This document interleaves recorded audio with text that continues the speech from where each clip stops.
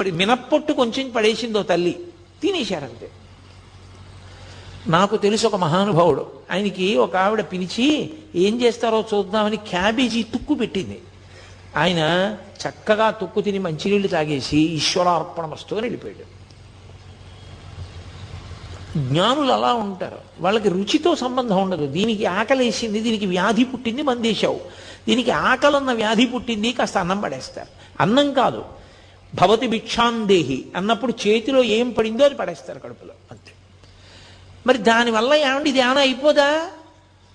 అయిపోకుండా ఉండడం ఉంటుందా అసలు? పోనీ దీనికి నువ్వు ఏది పెట్టాలో అదే పెడుతూ జాగ్రత్త తీసుకుంటే ఉంటుందా? సత్యం ఆత్మ, ఇది అసత్యం వెళ్ళిపోతుంది, కానీ వెళ్ళిపోయే వరకు పాడు చేయకూడదు. బట్టి దానికి జబ్బు వస్తే మందేశాడు. కాబట్టి ఆయన వెళ్ళేవారు భిక్షకి. అది జ్ఞాని యొక్క స్థితి.